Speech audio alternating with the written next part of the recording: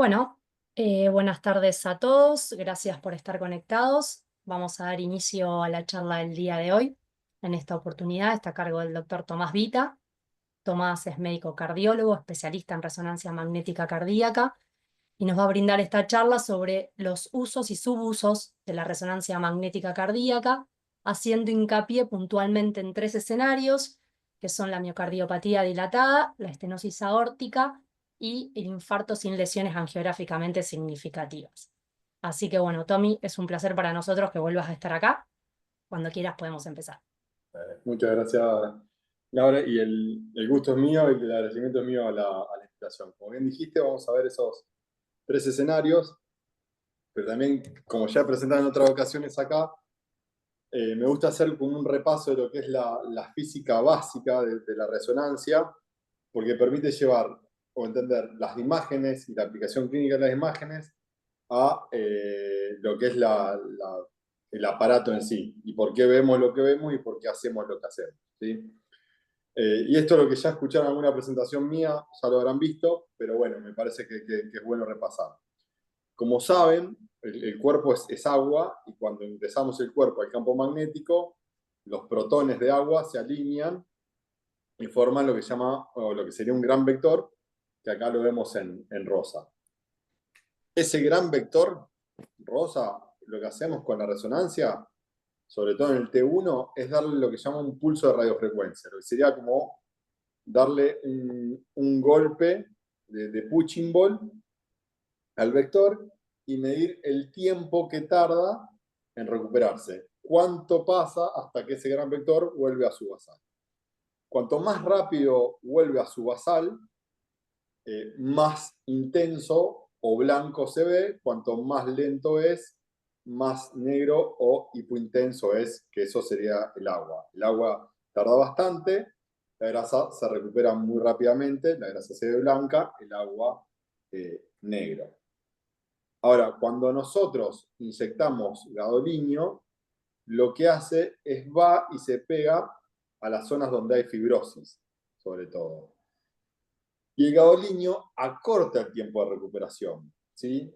Y esa diferencia de tiempo o ese acortamiento en el tiempo de recuperación, lo que vuelve el vector al punching ball, por decirlo de una forma, es lo que hace que se vea más intenso blanco, ¿sí? En el cuadradito inferior, acá ven en amarillo, con la flecha amarilla, lo que sería un infarto, ¿sí?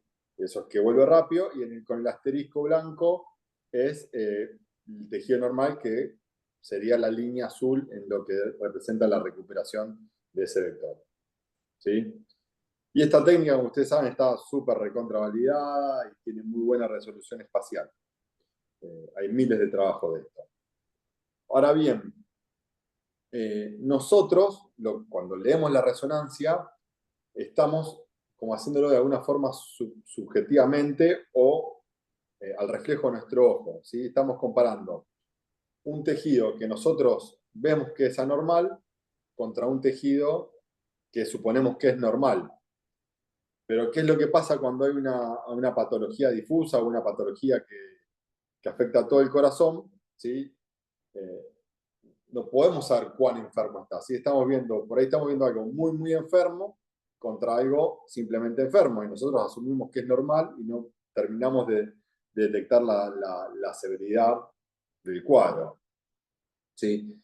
Y para eso se desarrolló lo que se llama el mapeo de T1, que básicamente es medir de nuevo cuánto tarda ese vector, pero píxel a píxel, y darle un tiempo, ¿sí? Cuantificarlo.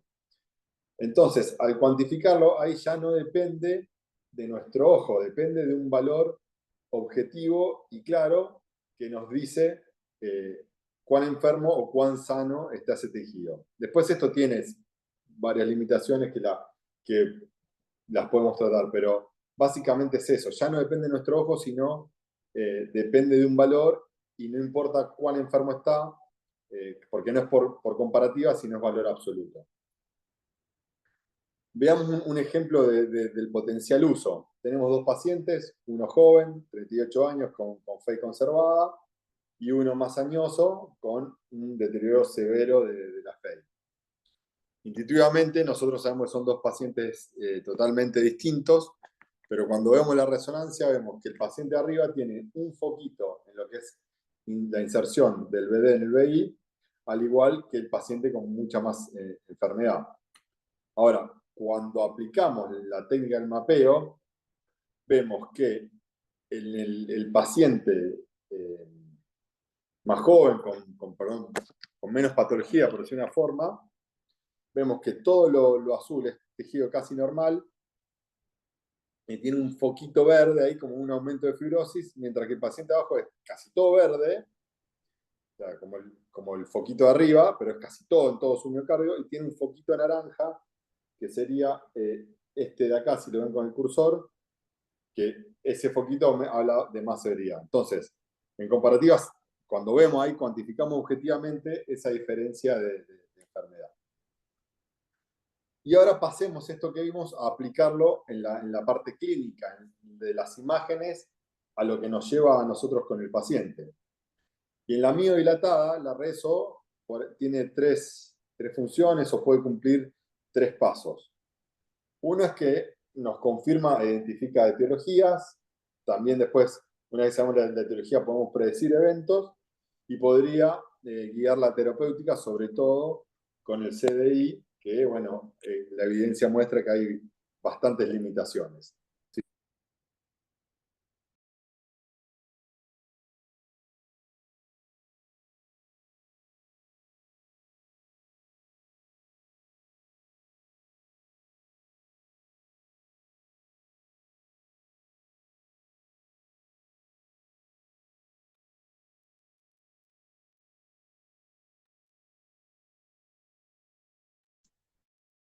Tommy, me pareces como silenciado a mí.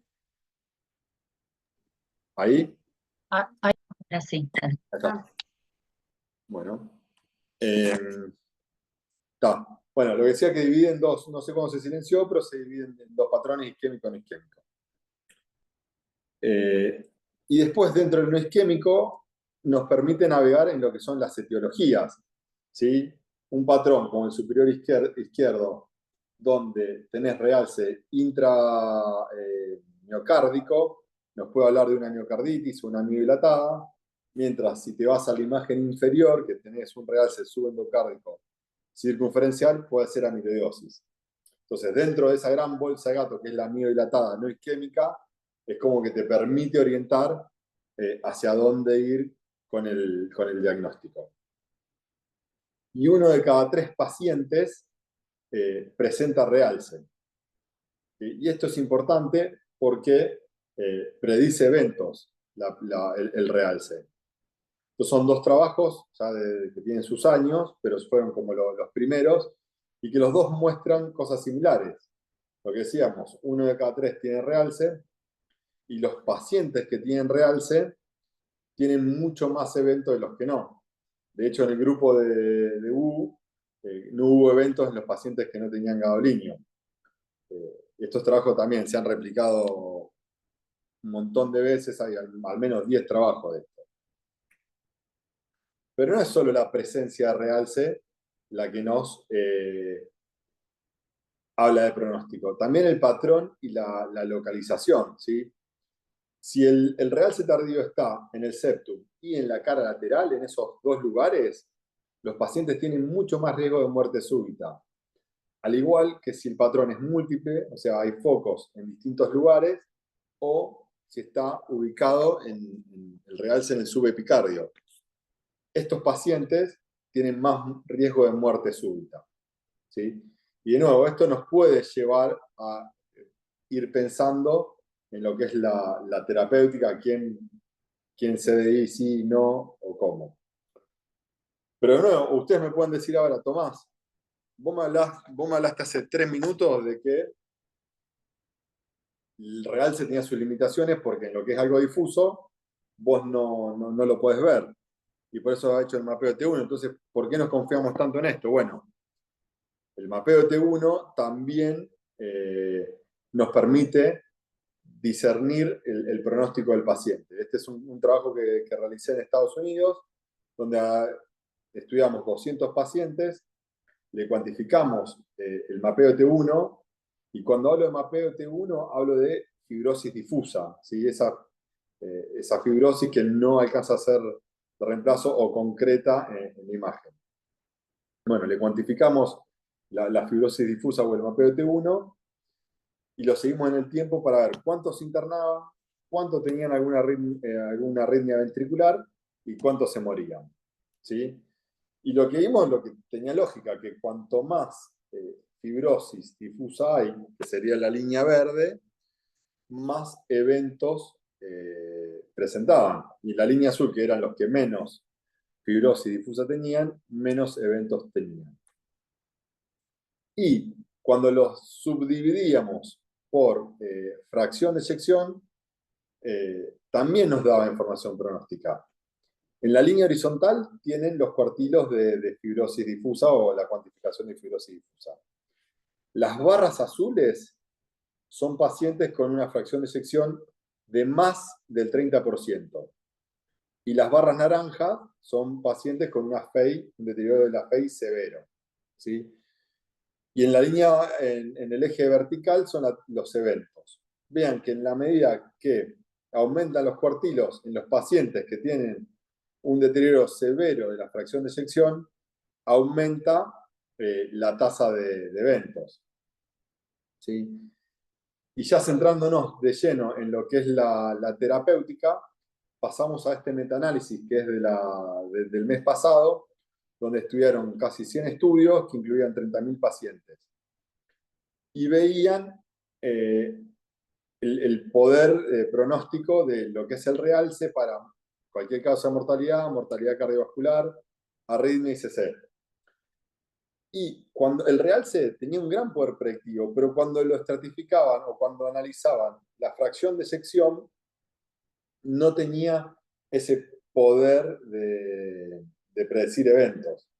Entonces, volviendo a lo que hablábamos antes o lo que hice hincapié al principio con el CDI, quizás nos estamos volviendo locos viendo que le ponemos el CDI a un montón de pacientes que no lo van a necesitar, no se lo ponemos a los que necesitan porque por ahí tiene una fe mejor, y con la resonancia vamos a poder ver si sirve o no sirve, ¿sí? Vamos a poder ver primero la presencia de realce, como estaba mostrando, después los patrones, la ubicación, la fibrosis difusa.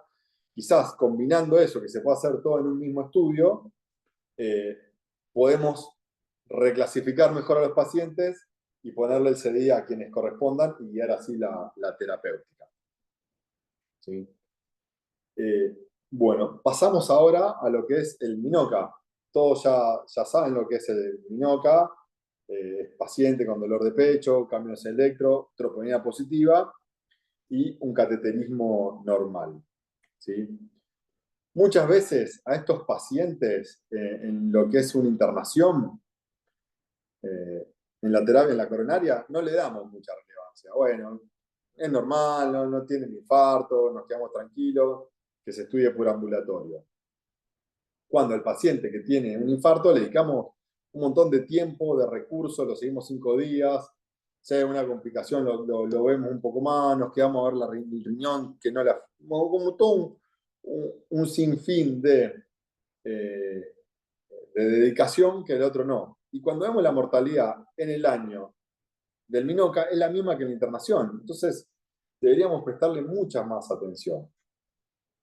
Sobre todo porque la etiología del MINOCA muchas veces no la definimos en la internación, la definimos por ambulatorio.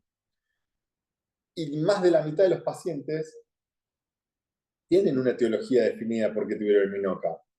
Fíjense, este estudio del 2015, un cuarto de los pacientes había tenido un infarto. Y nosotros, como el cateterismo normal, por ahí no le damos esa relevancia. Un tercio tuvo miocarditis, y determinar esta etiología es de relevancia porque cambia el pronóstico. En la línea, por ejemplo, la línea amarilla de este gráfico, la línea verde, perdón, la línea verde son los pacientes con Takotsubo, tienen mucho más eventos que los pacientes con línea azul, que es esta línea acá, que tenían miocarditis, ¿sí? Entonces, eh, es de relevancia, es significativo poder determinar qué es lo que le pasó al paciente. Y la resonancia en esto es clave, ¿sí? En más de la mitad de los pacientes, cuando le hacemos la resonancia, obtenemos un diagnóstico nuevo. Más de la mitad. Y en más de un tercio de los pacientes tenemos un cambio en el manejo. O sea que tiene un impacto clínico muy importante como para obviarla o como para dejarla en un segundo plano, ¿sí? Y acá es lo más importante que quiero que se lleven de Minoca. Que haciendo una analogía al infarto, es que el tiempo es miocito. Este es un metaanálisis del 2019. Son todos los estudios que yo lo ordené a propósito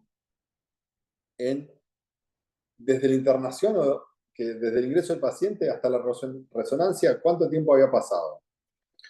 Los primeros 4 estudios que están marcados en rojo tenían menos de una semana desde la internación a la resonancia.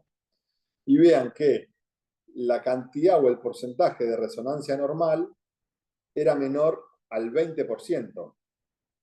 En tanto, cuando pasa la semana, la cantidad de estudios normales es altamente superior. En ningún caso es menor al 25%. O sea, hay una diferencia abismal. Entonces, el mensaje que yo les quiero dar con esto es que no nos quedemos dormidos con la rezo, ¿sí? Finalmente, para hacer más hincapié en esto, es un trabajo publicado hace 3 años, donde son los mismos autores, en el mismo centro, mismo resonador, mismo protocolo y misma característica de los pacientes. ¿Sí? Hicieron un Tommy, ¿te puedo hacer estudio. una pregunta? Sí, toda la que quiera. ¿Por qué después de la semana se ven muchas más resonancias normales? ¿Por qué Bueno, normalizan la resonancia después de los 7 días? lo que creen es que, según la etiología, que tiene más que nada Takotsubo y miocarditis, vas perdiendo el edema, con lo cual hay cierto realce que se lava, en el Takotsubo vas ganando función, y eso hace que vos por ahí un estudio lo pases por alto, por decir una forma, y lo tiendas a informar normal, y en algunos casos también, o en la mayoría de los casos, también el paciente haya recuperado toda su función. ¿Sí? Sí, se entiende en el Takotsubo y se entiende en la miocarditis, pero en el infarto no, porque en el infarto queda la fibrosis y eso no se va. Eso Claro, es exactamente, pero fíjate, claro, lo que yo, igual no son todos los pacientes normales. Vos perdés rédito diagnóstico. claro, eh, sí, sí, sí. Pero digamos, los eh, infartos por coronaria con aterosclerosis son los que te quedan patológicos, los otros tienden más a normalizar. Sí, sí, también tenés distintos grados de miocarditis. Hay miocarditis que igual la vas a ver porque dejan secuela y lo vas a poder sí, diagnosticar. sí, sí, Hay otras que no, si es por ahí algo leve que te levantó troponina y pasaron 15 días y ya no lo ves más. claro. Eh, sí, creo que viene por ahí. Es otra cosa. Cuando ustedes quieran interrumpirme, me interrumpen y me hacen preguntas. Por ahí si esperamos hasta el final, después se pasa la duda o es más fácil aclarar en el momento. Bueno, les decía, este estudio o este paper fue 2 estudios exactamente iguales, pero lo único que cambia es el tiempo a la resonancia. De nuevo, cuando es el tiempo breve, que es el SMI-NC2, fíjense cómo disminuye la cantidad de estudios normales, que eso un poco por lo que le expliqué, la fisiopatología de Andrés. Y otro poco, hay que considerar que hay que hacerla durante la internación, porque cuando se va de alta, entra en otra dimensión. ¿Sí? No sabemos si se vuelve a su lugar de origen, no sabemos si el médico que lo sigue por ambulatorio tiene esta data y va a estudiarlo a fondo, no sabemos si la obra social se la autoriza. Es como que entraste en un limbo que por ahí se pierde y es lo que te comiste por ahí un infarto y lo dejaste sin tratar a un paciente infartado, que es bastante grave. Pero bueno, eso es como lo más que más me interesaría que se lleven de Minoca. Y ahora pasamos por último a la estenosis aórtica moderada severa. ¿Sí? ¿Cuántos de ustedes han pensado en pedir una resonancia para evaluar una valvulopatía? Esta Mauro que estuvo en el Ateneo de válvulas, y no muchos piensan en la resonancia como un método para evaluar la estenosis aórtica, sobre todo la moderada severa. ¿Sí? Y del pensamiento a cuántos han ejecutado y la han pedido realmente, es menos todavía. Yo desde que estoy en Rosario creo que habré visto una resonancia en los últimos 5 años que se la pidieron para evaluar una estenosis aórtica. ¿Sí? Es muy bajo. Y esto creo que es un error que se está cometiendo en los Y ahí clínicos te tengo porque, yo y te hago una sí, pregunta, para no esperar hasta lo último. sí, ¿La causa de esa falta de solicitud del estudio, vos crees que es por un desconocimiento por parte del médico en la utilidad del método o porque quizás, no sé, hay mucha burocracia en las obras sociales a la hora de autorizar el estudio, sabiendo que, bueno, el ECO es un estudio quizás más accesible? no, creo que causa principal es el desconocimiento del médico. Ujú, Eh, porque hay resonancias que se autorizan con cosas menores, cambios en electros simples, ujú. o, y se autorizan, y digo que hago una por semana de esas, o más, y la otra no llego nunca, es rarísimo. Un paciente, aparte que son de alto riesgo, ya cuando tiene una estenosis aórtica severa, es paciente que se lo sigue bien de cerca, y no he hecho. Y en el beta test del otro día en el Ateneo, muchos desconocían la utilidad o la información que te daba la reso. Sí, sí, Entonces creo ahora que lo vamos a aprender. esperemos que sirva. Pero bueno. Bueno, ¿cómo lo medimos? Es simple. Acá la mayoría son ecocardiografistas, así que saben. Hacemos el doble oblicuo a la válvula, se le pone, por decirlo burdamente, el QFlow, que es la medición de flujo del software, y se larga la secuencia, y la secuencia sola te da la información de la velocidad pico y del flujo y gradiente, te da todo. ¿Sí? Y en base a esa información, que tiene ciertas diferencias de eco, pero muchas veces se extrapola, es que nosotros determinamos la severidad. ¿Sí? Y los estadios de la estenosis aórtica, moderada severa, se pueden reflejar o lo podemos ir midiendo con la resonancia cardíaca. ¿Sí? Desde el inicio, cuando empieza la estenosis, hay incremento de la sobrecarga, de presión, que eso lleva a una hipertrofia celular. Esa hipertrofia celular nos hace el desbalance de oferta y demanda de oxígeno. ¿Sí? Hay isquemia. Como saben, la isquemia lleva a estrés, infiltración de miofibroblastos, expansión de la matriz extracelular, fibrosis difusa. Ahí ya les tiene que sonar del mapeo de T1. Eso sigue avanzando, hay muerte celular, muerte del miocito, hay más inflamación y ya pasamos a la fibrosis de reemplazo, que eso ya es el realce. Eso sigue evolucionando en el tiempo y nos lleva a la insuficiencia cardíaca o muerte cardíaca. ¿Sí? Si eso lo hemos graficado en la relación de outcome-tiempo, y empezando atrás, empezando desde acá, lo rojo de la curva, cuando hay síntomas, que ya hay un montón de eventos, o sabemos que aumenta la tasa de eventos, ahí no necesitamos resonancia, nada. El estadio previo, cuando hay fibrosis de reemplazo, que es este acá en color mostaza, eso lo podemos ver con la resonancia, ¿sí? Que es el realce. Y el estadio previo lo vemos con todos estos que son todos derivados del mapeo de T1, salvo el strain, que también nos da información. ¿Y por qué es importante? Porque en la medida que esa enfermedad avanza, es irreversible. Nosotros generalmente tendemos a pensar que la enfermedad es la válvula, ¿sí? Y una vez que solucionamos la válvula, solucionamos la enfermedad.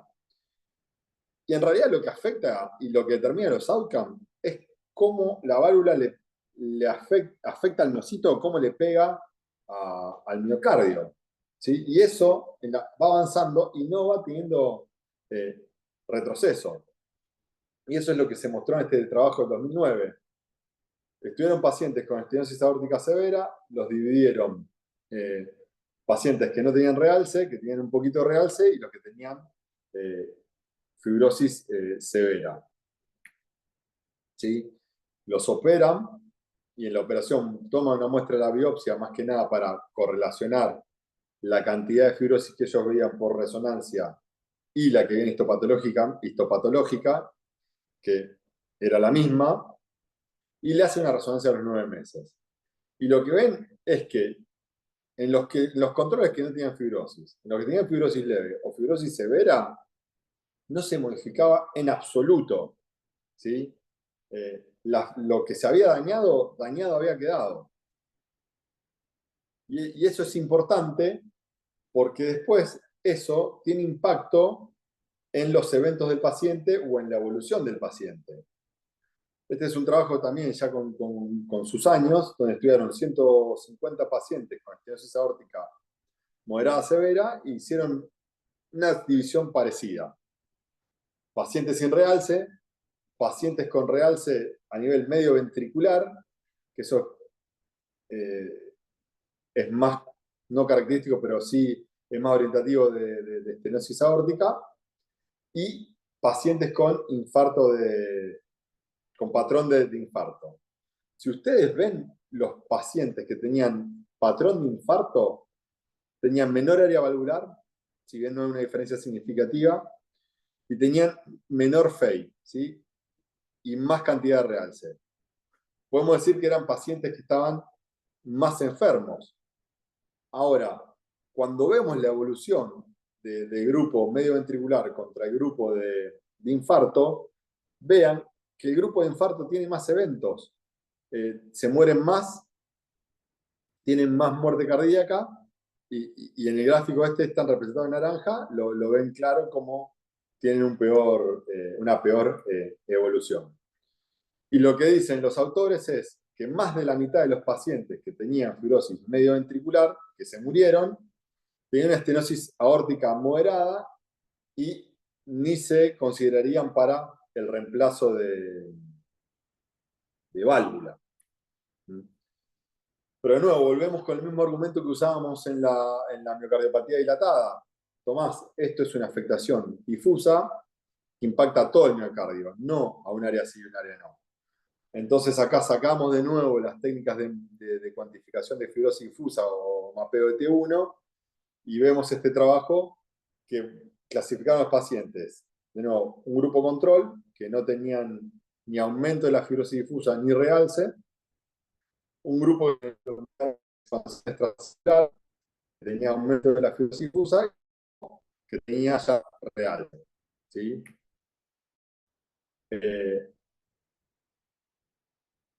No sé si están viendo ustedes, pero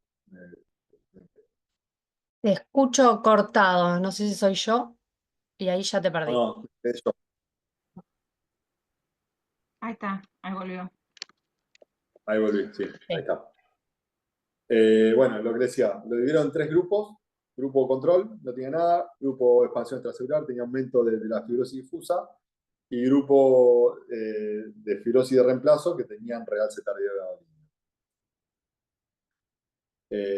Bueno, en este trabajo, algo básico, correlacionaron la severidad de la estenosis aórtica con la expansión extracelular y vieron que había una relación lineal en lo que es severidad y en lo que es fibrosis difusa. ¿Sí? Y lo que tenía lógica es en la mortalidad. Fíjense que los pacientes que tenían fibrosis de reemplazo se morían mucho más que los que no tenían realce, y los que tenían expansión extracelular se morían mucho más de los que no tenían nada. ¿Sí? Y eso era a pesar del reemplazo de válvula aórtica. Entonces, de nuevo, como mensaje por ahí de esto es, ojo que los estadios avanzan, no hay vuelta atrás, y por más que los operemos, les va peor a estos pacientes. ¿Sí? Y ya Entonces, Tommy, finalmente, sí, sí, entonces, ¿qué diríamos? Que en pacientes ya con estenosis moderada, ¿vos recomendarías evaluar la fibrosis para ver si sería candidato a un reemplazo antes de esperar a severa? ¿Estenosis severa sintomática? ¿Dónde entrarías un poco con este tema? este trabajo creo que te lo responde Marian. Ah, bueno. Es que, bueno, un poco lo que hacen en base a tu pregunta, eh, yo creo que en moderada, está bien, es un poco provocativo lo que le digo a propósito, pero lo que es moderado o severo casi que se debería considerar igual. Y esto es lo que el trabajo que hacen que se publicó hace nada, hace 20 días, que agarran 450 pacientes con estenosis aórtica moderada o severa, ¿sí? Y le hacen la resonancia y miden cuánto fibrosis difusa tienen y cuánto realce tienen. Y vieron que los que tienen estenosis aórtica moderada no se diferencian de los que tienen estenosis aórtica severa en lo que es fibrosis difusa, que es el gráfico este de la izquierda, ¿sí? Y cuando van a ver la presencia de realce, es lo mismo.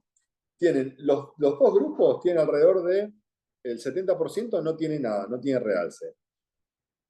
Un 20 a 25% tienen un patrón de no infarto, el midwall, el medio ventricular.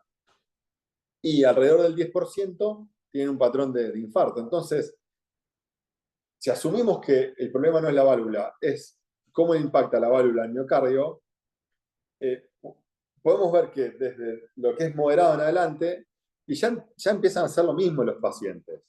¿Sí? No sé si eso responde a tu pregunta, Sí, sí, Marian. que tenemos que ir a ver el grado de afectación miocárdica más que a partir de la estenosis moderada, una cosa así. Exactamente. Y Sí, esto, perdón, hace, no sé, 10, 15 años, no sé cuánto, que se vienen haciendo trabajos para tratar de encontrar una indicación quirúrgica de la estenosis aórtica distinta a las tradicionales, a la presencia de síntomas, a la caída de la fracción de eyección. Se describió la velocidad más arriba de 5 metros, hay trabajo hecho con strain y bueno, y con resonancia también. Lo que me parece que todavía no llegó a las guías eso, pero Bueno, hace un montón de años que están tratando de encontrar, porque ven que un montón de pacientes con estenosis aórtica moderada, severa, severa, que no tienen síntomas, tienen buena función, hacen muerte súbita, sin enfermedad coronaria. Entonces, hace un montón de años que yo lo he escuchado varias charlas y he leído algunos trabajos que se están buscando por todos los medios de ver de qué forma pueden detectar al paciente que tiene riesgo de muerte súbita y que todavía no tiene síntomas y tiene buena función. sí, mira, la estenosis aórtica la veo muy parecida a lo que es la miodilatada que presenté antes. Porque lo que vos me decís pasa lo mismo con el CDI y Claro, la de estratificar. Decís, che, nos volvemos locos, a quién se lo ponemos, a quién no, y acá lo mismo. En las dos eso. patologías se están haciendo trials comparando efectivamente con rezo, a ver cómo les va a uno y a otro, como para ganar evidencia, porque hoy por hoy, si bien estos trabajos son observacionales, con seguimiento, pero bueno, comparaste un grupo que sí y un grupo que no, y cómo se murieron. Entonces, es difícil. Si yo te digo algo que va a tener porque poner unas guías implica a nivel mundial un impacto tremendo si vos cambias eso en costo de salud, en la muerte de los procedimientos, en infecciones en los CDI, todo. Me parece que para hacer ese paso necesitas un poco de evidencia más fuerte, eso por un lado. Y por otro lado, si bien yo hago eso y la defiendo y te hablo del mapeo T1, el mapeo T1 tiene muchas limitaciones en la estandarización que hacen difícil agarrarte de esa evidencia como para cambiar la guía o la indicación. Sí, ahora yo te Y- pregunto, Tommy, perdón, dale, se termina. no, no, no, dale, dale, decime. No, yo te pregunto porque veo que la utilidad de la estenosis aórtica, perdón, la utilidad de resonancia en la estenosis aórtica es como en todos los escenarios, fundamentalmente evaluar fibrosis, viabilidad, edema, realce tardío y demás. Entonces, si todavía a mí una resonancia que me muestre fibrosis y riesgo de muerte súbita en un paciente con estenosis aórtica que todavía no hizo síntomas y tiene buena función, no me habilita a indicarle una cirugía a un TAVI, ¿por qué se la voy a pedir? Eh, sí, buen punto. Pero, a ver, una cosa es el mapeo T1 y otra la fibrosis. Yo creo que cuando ya hay fibrosis, hay realce, creo que se debería hacer el reemplazo. Porque es lo que vimos, a esos pacientes les va mal y la enfermedad es mucho más avanzada. Eh, entonces, me parece que la presencia de realce sí a mí yo me animaría a pedir o a indicarle el reemplazo. Después también tenés la otra, que es cómo le va a esos pacientes. Porque si estás en Cleveland Clinic con 1 o 2% de mortalidad, vamos. Pero si estoy no sé, en Chapadmalal y mucho no, que tiene mortalidad del 10, 5, 7, mucho no me animo. O espero que avance más la enfermedad. Pero mi opinión personal es que si yo encuentro realce, eh, avanzaría con el reemplazo. Y después también hay muchos pacientes, viste, que está, esto no me quiero operar a ningún costo, que no. Bueno, hacemos la resonancia y te muestro que ya está afectado tu corazón y vamos con la cirugía. Sí, quizás aporta, hoy en día aportaría, es un dato más, ¿sí? En ese paciente. Y por ahí para hacer un seguimiento quizás más de cerca. Eh, Creo que falta eso, un poco lo que decía Andrés, que haya más evidencia para poder indicar. Sí, y la otra también, no sé, pensá que muchos de esos pacientes son añosos. Entonces, el síntoma es difícil de engancharlo, porque te DNA no, bueno, pero tampoco camina mucho. Largo por ahí se la hacen con un protocolo, no se la quieren hacer. ¿Viste? Como que el paciente también tiene sus cosas que te niega y no te deja enganchar bien el avance en la enfermedad. Sí, sí, totalmente. Entonces, por ahí empezar con esos pacientes, viendo la utilidad del método, para después sí aplicar, ganar confianza y aplicárselo a todos. Eh, pero bueno, es un poco una opinión personal. Y ya a modo de conclusión, como medio jocosamente y para que quede grabado, miocardiopatía dilatada a todos, por lo que dije, nos da etiología, nos da predice eventos, nos guía qué hacer, qué sí, qué no. En el Minoca el tiempo es miocito, la rezo en la internación para saber bien y que se vaya con tratamiento completo y no dejarlo a la buena evolución. Y estenosis aórtica, el que madruga Dios la ayuda, si podemos llegar a hacer la rezo a temprano, podemos estratificar mejor el riesgo y indicar una posible cirugía que les iría mejor al paciente. Les agradezco la invitación y si cualquier pregunta, estoy acá. Bueno, Tommy, la verdad que excelente, clarísimo como siempre. Hiciste un resumen muy, muy claro de los puntos más importantes de cada tema, así que más que provechosa la charla. Bueno, Me alegro que sirva. ¿eh? Me alegro que sea de utilidad, me alegro que sirva. No, sin ninguna duda. Bueno, un poco las dudas se fueron aclarando durante la charla. No sé si alguien quiere aprovechar y hacerle alguna otra consulta al doctor. No, muy bueno, Tommy, gracias, excelente. Gracias, Eva. Muy bueno, Tomás. Gracias. Sí, gracias, Tommy. Bueno, Bueno, Tommy, otra vez. Muchas dale. gracias. Bueno, Excelente. Gracias a ustedes, chicos. Un saludo nos grande a vemos en todos. 15 días. Nos Entonces, vemos. gracias a todos. Chao, Chao, gracias. chao.